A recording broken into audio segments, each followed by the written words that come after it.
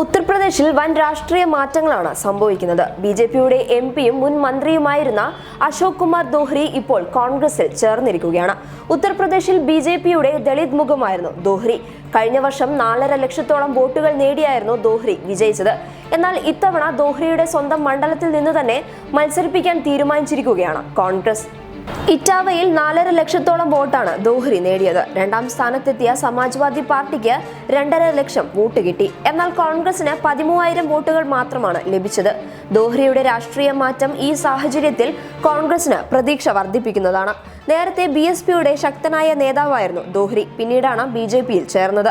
ഇത്തവണ ഇറ്റാവയിൽ മറ്റൊരു സ്ഥാനാർത്ഥിയെ പ്രഖ്യാപിച്ചതിന്റെ തൊട്ടു പിന്നാലെയാണ് ദോഹ്രി രാജിവെച്ചത്. BJP നേതൃത്വത്തെ ചോദ്യം ചെയ്തതാണ് സീറ്റ് നിഷേധിക്കാനുള്ള കാരണം.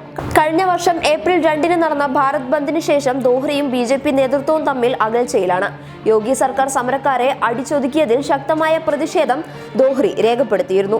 ദളിത് സംഘടന നടത്തിയ ബന്ദിനിടയിൽ കൂട്ട അറസ്റ്റുണ്ടായി. 15 ദളിത് സമരക്കാർ കൊല്ലപ്പെട്ടു. ദളിത് സമരക്കാർ തന്നെയാണ് കൊലപാതകം നടത്തിയതെന്ന് പോലീസ് പറയുന്നു. ഇതിൽ സംശയം പ്രകടിപ്പിച്ച ദോഹ്രി അന്വേഷണം ആവശ്യപ്പെട്ട് BJP നേതൃത്വത്തെ സമീപിച്ചു. എന്നാൽ യോഗി സർക്കാരും BJP നേതാക്കളും ആവശ്യം തള്ളുകയായിരുന്നു. ഇതോടെ ദോഹ്രിയെ പരിപാടികളിൽ നിന്നും BJP നേതൃത്വം ഒഴിവാക്കി തുടങ്ങി. ആരാണ് 15 ദളിതുകളെ കൊന്നതെന്ന കാര്യം ചോദ്യം ചെയ്തതോടെയാണ് താൻ അകറ്റി നിർത്തപ്പെട്ടതെന്ന് ദോഹ്രി പറയുന്നു. BJPയിൽ നിന്ന് രാജിവെച്ചു വരുന്നവർക്ക് ഇത്തവണ സീറ്റ് നൽകേണ്ട എന്നാണ് രാഹുൽ ഗാന്ധിയുടെ തീരുമാനം. എന്നാൽ വിജയസാധ്യത പരിശോധിച്ച് സീറ്റ് നൽകണമെന്നാണ് പ്രിയങ്ക ഗാന്ധിയുടെ നിലപാട്. ഇതോടെയാണ് ദോഹ്രിക്ക് ഇറ്റാവ സംവരണ മണ്ഡലത്തിൽ നിന്ന് കോൺഗ്രസ് സ്ഥാനാർത്ഥിയായി പ്രഖ്യാപിക്കാനുള്ള കാരണം. News desk public Kerala.